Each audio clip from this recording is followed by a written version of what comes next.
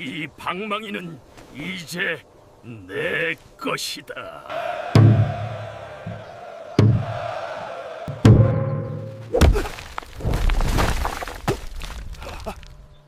이놈의 방망이가 단단히 미쳤느냐. 어서 금송아지를 내놓으란 말이다. 으리으리한 기와집 마당에서 황 부자가 방망이를 내리치자 썩은 똥물이 폭포수처럼 쏟아져 내렸습니다. 분명 금은보화가 쏟아져야 할 도깨비 방망이였건만 두드릴수록 황 부자의 머리 위로는 썩은 생선 대가리와 시커먼 구렁이들만 비 오듯 쏟아지고 있었지요. 갓을 쓴 양반 체면에 바닥을 구르며 살려달라. 울부짖는 꼴이 참으로 기가 막혔습니다. 이 어이없는 사달이 벌어진 곳은 인심 좋기로 소문난 평창 고을이었습니다. 이 마을에는 남의 것을 빼앗지 않고는 하루도 배기지 못하는 욕심 많고 고약한 60살의 양반 황 부자가 살고 있었지요. 반면 산 밑 쓰러져가는 초가집에는 늙은 어머니를 모시는 40살의 착한 나무꾼 칠성이 살고 있었답니다. 평소 칠성을 벌레 보듯 무시하던 황 부자가 어느 날 칠성의 집 문짝을 부수고 들어와 다짜고짜 그의 멱살을 잡고 삿대질을 하기 시작하는 것이 아니겠어요.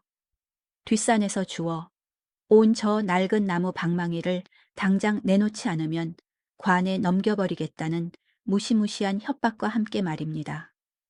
욕심에 눈이 멀어 남의 복을 강제로 빼앗은 이 악독한 양반이 훗날 온 고을 사람들의 조롱거리가 될 줄은 이때는 아무도 상상조차 하지 못했답니다. 평창 고을 산자락에 사는 나무꾼 칠성은 하루 벌어 하루 먹고 사는 뼛속까지 가난한 사내였습니다. 비바람을 겨우 막아내는 낡은 흙집에 살면서도 심성 하나만은 산골짜기 옹달샘처럼 맑고 투명했지요. 그는 지게를 지고 가다 다친 산짐승을 보면 입고 있던 바지춤을 찢어 상처를 동염해주고 산에서 귀한 버섯을 캐어도 알아놓은 이웃 노인에게 선뜻 다려주는 따뜻한 사람이었습니다. 칠성은 사람들에게 칭찬을 듣거나 뭔가 억울하고 난처한 상황이 생길 때면 굵고 투박한 손으로 자신의 까칠까칠한 뒷머리를 득득 긁적이며 허허하고 사람 좋게 웃어넘기는 아주 소박한 버릇이 있었지요. 반면 고을 땅의 절반을 차지하고 있던 황 부자는 피도 눈물도 없는 지독한 구두소이이자 탐욕의 화신이었습니다. 툭 튀어나온 불독 같은 심술궂은 얼굴에 배가 남산만하게 튀어나온 그는 소작농들의 쌀 한 톨까지 가차없이 탈탈 털어가는 마을의 골칫거리였지요. 황 부자는 자신의 심기가 조금이라도 뒤틀리거나 남을 윽박질러 기선을 제압할 때면 항상 손에 쥐고 다니는 옥관자가 달린 무거운 곰방대로 방바닥이나 대청마루를 탁탁 신경질적으로 내리치는 아주 고약한 습관을 가지고 있었습니다. 그는 백성들의 눈에서 피눈물을 뽑아내어 모은 엽전과 억지로 빼앗은 가짜 땅 문서들을 안방 깊숙한 곳 비밀 괴짝에 이중장부와 함께 숨겨두고 밤마다 그것을 세어보는 것을 유일한 낙으로 삼는 자였습니다. 사건의 발단은 어느 늦가을 비바람이 거세게 몰아치던 날이었습니다. 칠성의 늙은 어머니가 갑자기 피를 토하며 자리에 눕고 말았지요. 당장 의원에게 보일 약값이 없었던 칠성은 자존심을 굽히고 황 부자의 기와집을 찾아가 마당에 엎드렸습니다. 제발 약값으로 쓸 엽전 몇 입만 빌려주시면 평생 머슴살이를 해서라도 갚겠다고 눈물로 애원했지요. 하지만 황 부자는 마루에 비스듬히 누워 옥관자 곰방대로 기둥을 탁탁 내리치며 코웃음을 쳤습니다. 내 놈의 어미가 죽든 말든 내 알바가 아니다. 냄새가 나니 당장 이 마당에서 썩 꺼지지 못할까. 황 부자는 하인들을 시켜 칠성을 몽둥이로 두들겨 파에서 대문 밖으로 내쫓아 버렸습니다. 온몸에 멍이 든 칠성은 눈물을 머금고 산삼이라도 캐어보겠다며 억수같이 쏟아지는 빗속을 뚫고 깊고 험한 뒷산으로 발걸음을 옮겼습니다. 종일 산을 헤매었지만 빗줄기만 거세질 뿐 약초는커녕 칠뿌리 하나 보이지 않았습니다.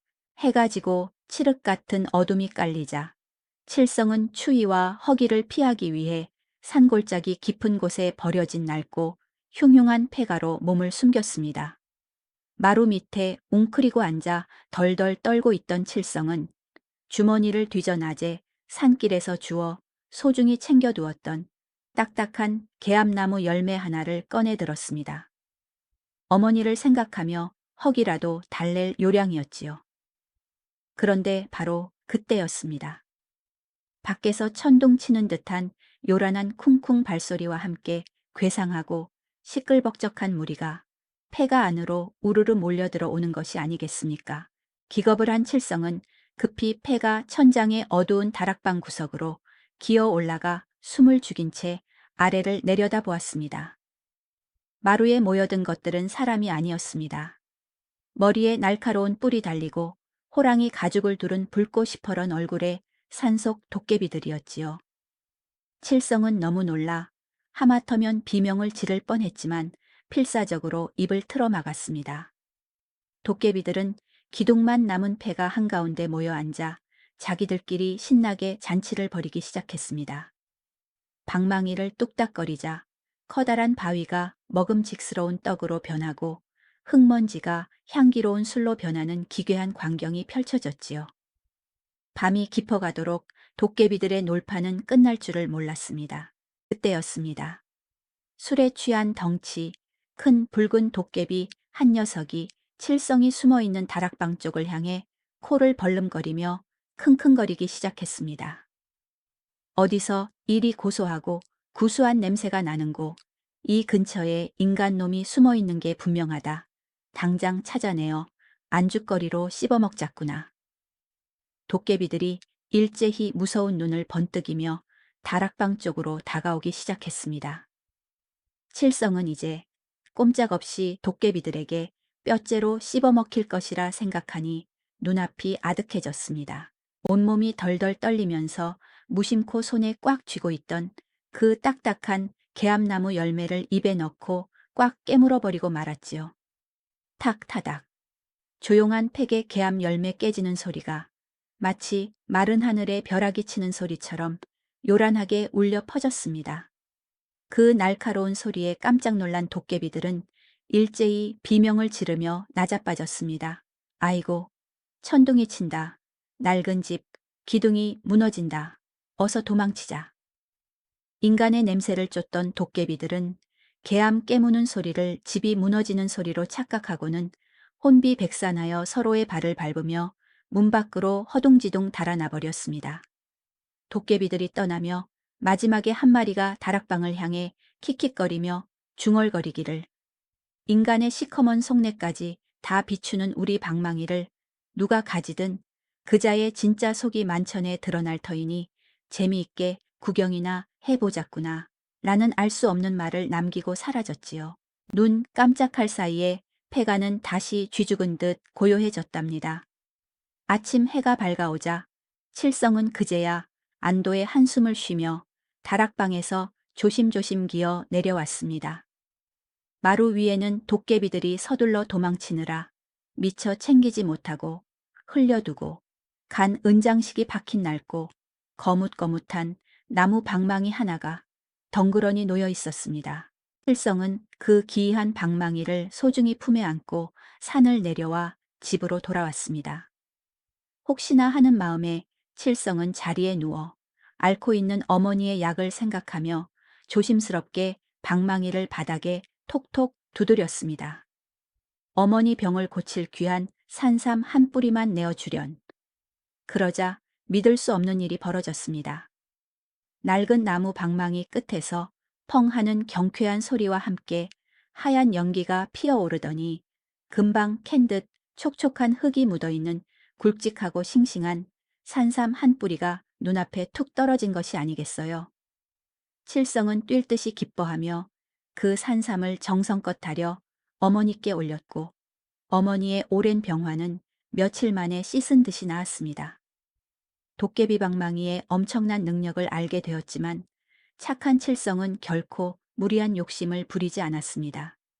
그는 하루에 딱 한 번 그저 끼니를 이을 조촐한 쌀, 한 줌이나 병든 이웃을 도울 작은 약 한 천만을 조심스레 구하며 전과 다름없이 조용히 산에 오르며 땀 흘려 일했습니다. 도깨비 방망이는 주인의 맑고 선한 마음을 거울처럼 비추어 그 진심에 정직하게 응답하는 아주 신비로운 물건이었던 것입니다. 하지만 발 없는 말이 천리를 간다고 했던가요? 찢어지게 가난했던 칠성네 집. 굴뚝에서 매일 뽀얀 쌀밥 짓는 연기가 피어오르고 죽어가던 이웃 노인들이 칠성이 준 약을 먹고 벌떡 일어났다는 소문은 며칠 지나지 않아 욕심 많은 황 부자의 커다란 귀에까지 들어가고 말았습니다. 황 부자는 하인들을 풀어 칠성의 집을 은밀히 염탐하게 했고 마침내 그 신비한 요술 방망이의 정체를 전해 듣게 되었습니다. 황 부자의 두 눈은 탐욕으로 벌겋게 뒤집히고 말았지요. 내 산에서 주운 물건이니 당장 빼앗아 오너라. 칠성은 며칠 전부터 황 부자의 하인들이 자신의 집 주변을 자꾸 어슬렁거리는 것을 보고 불안한 마음에 방망이를 부엌 아궁이 속에 깊이 숨겨두었습니다. 하지만 흙벽 너머로 매일같이 풍겨오는 쌀밥 짓는 향기를 맡은 머슴들의 눈썰미를 끝내 피하지 못했지요. 다음 날 황 부자는 몽둥이를 든 건장한 머슴들을 이끌고 칠성의 초가집으로 거칠게 들이닥쳤습니다. 그는 흙발로 마루에 성큼성큼 올라서더니 옥관자가 달린 곰방대로 칠성의 밥상을 탁탁 신경질적으로 내리치며 소리쳤습니다. 이놈 칠성아, 네가 감히 내 허락도 없이 내 산에서 도깨비들의 귀한 물건을 훔쳐다 썼다지. 그 산의 모든 나무와 짐승과 돌멩이는 다 내 것이니 네가 주운 그 방망이 또한 당연히 이 어르신의 것이다. 당장 내놓지 않으면 당장 관에 고발해 내 놈과 내 어미를 평생 옥살이하게 만들 테다. 힘없는 나무꾼 칠성은 억센 머슴들에게 양팔이 꺾인 채 저항 한번 제대로 하지 못했습니다. 머슴들은 집안을 난장판으로 뒤져 아궁이 속에 숨겨둔 방망이를 기어이 찾아내어 황 부자의 손에 쥐어주었지요. 칠성은 눈앞에서 생명줄 같은 방망이를 빼앗기면서도 원망의 욕설 대신 그저 억울하고 안타까운 얼굴로 자신의 까칠한 뒷머리를 굵은 손으로 득득 긁적일 뿐이었습니다. 황 부자는 승리감에 도취되어 세상을 다 가진 듯 탐욕스러운 미소를 지으며 방망이를 품에 깊숙이 안고 자신의 으리으리한 기와집으로 위풍당당하게 돌아갔습니다. 방망이를 손에 쥔 황 부자는 이제 자신이 평창 고을을 넘어 조선 8대에서 가장 가는 제1의 큰 부자가 될 것이라 확신하며 콧노래를 불렀습니다. 하지만 혼자서 조용히 금은보화를 꺼내어 쓰기에는 황 부자의 고약한 과시욕과 허영심이 너무도 거대했습니다. 그는 온 고을 사람들에게 자신이 얼마나 대단하고 엄청난 부자가 되는지 똑똑히 보여주고 그들의 부러움과 질투를 즐기고 싶어 견딜 수가 없었지요. 그리하여 황 부자는 며칠 뒤 자신의 기와집 앞마당에 소 100마리를 잡을 만큼 크고 화려한 잔치상을 거창하게 차렸습니다. 그는 고을을 다스리는 사또부터 집신을 신은 가난한 평민들, 그리고 방망이를 빼앗겨 빈털터리가 된 칠성까지 모조리 마당으로 불러 모았지요. 마당 한가운데 수놓은 붉은 비단 방석을 깔고 거만하게 자리를 잡은 황 부자는 옥관자 곰방대로 상다리를 탁탁 거세게 치며 군중을 향해 기세등등하게 거드름을 피웠습니다. 다들 두 눈을 부릅뜨고 똑똑히 보아라. 내가 오늘 이 요술 방망이로 하늘에서 번쩍이는 금송아지와 비단 다발을 산더미처럼 쏟아지게 할 터이니 너희들은 그저 땅에 납작 엎드려 내 거대한 복을 우러러보고 찬양하거라. 마당에 모인 사람들은 반신반의하면서도 숨을 죽이고 침을 꿀꺽 삼키며 황 부자의 통통한 송근만을 뚫어져라 바라보았습니다. 황 부자는 탐욕으로 벌겋게 달아오른 얼굴을 하고서 도깨비 방망이를 하늘 높이 쳐들었습니다. 황금빛 찬란한 금송아지 10마리 당장 쏟아져라. 황 부자가 있는 힘껏 방망이를 바닥에 쾅 하고 내리친 그 순간 잔치판에 5가지 망신이 동시에 쏟아져 내렸답니다. 첫째 펑 하는 귀를 찢는 듯한 파열음과 함께 숨을 쉴 수 없이 썩은 내가 진동하는 시퍼런 흙탕물과 똥물이 허공에서 폭포수처럼 무섭게 쏟아져 황 부자가 자랑하던 비싸고 기름진 비단 두루마기를 흠뻑 적셔버렸습니다. 코를 찌르는 지독한 악취에 잔치상 앞자리에 앉아있던 사또와 양반들은 기겁을 하며 갓을 부여잡고 뒤로 나자빠졌지요. 둘째 당황한 황 부자가 다시 한번 핏대를 세우며 방망이를 거칠게 내리치자 시커먼 먹물이 든 항아리가 터져나와 황 부자의 둥글고 탐욕스러운 얼굴을 시커먼 숯덩이처럼 흉측하게 칠해버렸지요. 셋째 허공에서 썩은 생선 대가리들과 독을 품은 시커먼 구렁이들, 커다랗고 징그러운 두꺼비떼가 비 오듯 쏟아져 내려 구렁이들은 황 부자의 살찐 목덜미를 휘감았고 두꺼비들은 그의 바지춤 속으로 파고들기 시작했답니다. 황 부자는 기겁을 하며 화려한 잔치상을 뒤엎고 마당을 대굴대굴 굴렀지요. 넷째 황 부자가 발버둥을 치며 방망이를 두드릴수록 그가 평생 숨겨왔던 더럽고 추악한 진짜 진실들이 낱낱이 마당 위로 쏟아졌으니 가난한 소작농들의 쌀을 몰래 훔쳐 빼돌려 적어둔 두꺼운 비밀 장부와 무고한 백성들의 논밭을 강제로 빼앗아 조작한 위조 땅 문서들이 허공에서 하얀 눈송이처럼 펄펄 날리더니 사또의 발밑에 고스란히 흩뿌려져 떨어졌습니다. 다섯째 눈앞에서 땅 문서 위조와 악독한 고리대금의 죄상까지 명백하게 모두 들통나버린 황 부자는 그 자리에서 사또의 호령에 따라 포졸들에게 포승줄로 꽁꽁 묶이는 신세가 되어 새까만 먹물을 온몸에 뒤집어쓰고 냄새나는 구렁이를 주렁주렁 매단 채 질질 끌려가게 되었답니다. 도깨비 방망이는 결코 맹목적으로 소원을 들어주는 단순한 요술 도구가 아니었습니다. 그것은 방망이를 손에 쥔 자의 가장 깊숙한 진짜 속마음과 평생 지어온 업보를 거울처럼 그대로 비추어 현실로 쏟아내는 무서운 심판의 물건이었던 것입니다.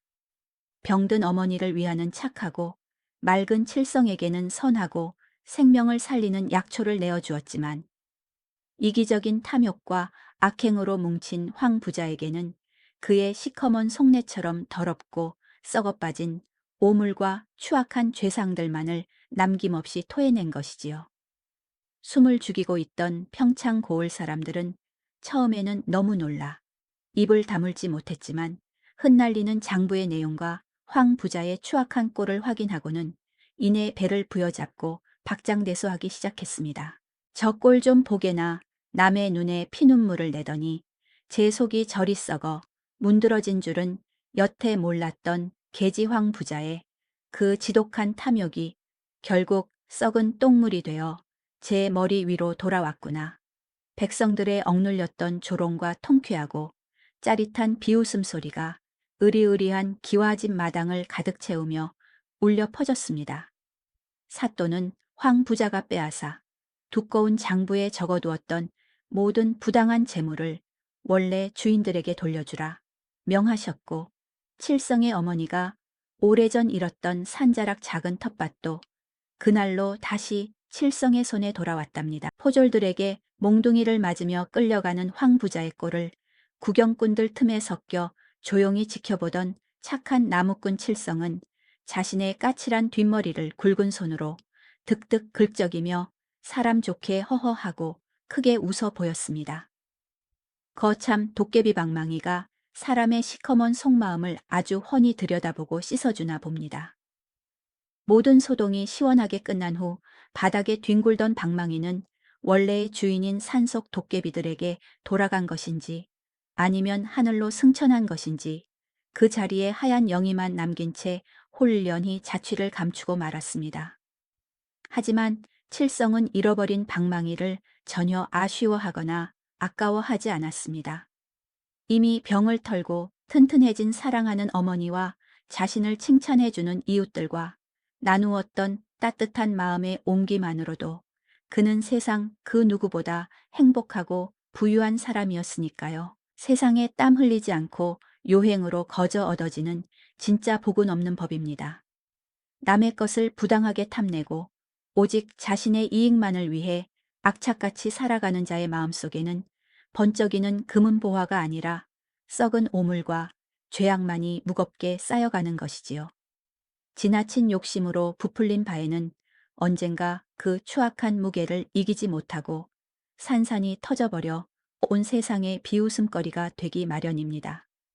착하고 정직하게 구슬땀을 흘려 얻어낸 소박한 보리밥 한 그릇이 요술 방망이가 떨어뜨린 산삼백 뿌리보다 훨씬 더 값지고 달콤하다는 평범한 진리를 우리는 늘 잊지 말아야 할 것입니다. 오늘 들려드린 이 이야기가 시청자 여러분의 마음에 시원하게 닿으셨다면 구독과 좋아요 한 번씩 꾹 눌러주고 가세요.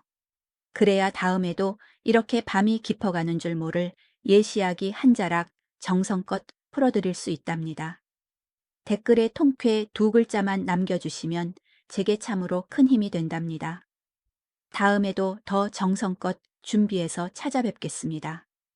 지금까지 설화공방이었습니다.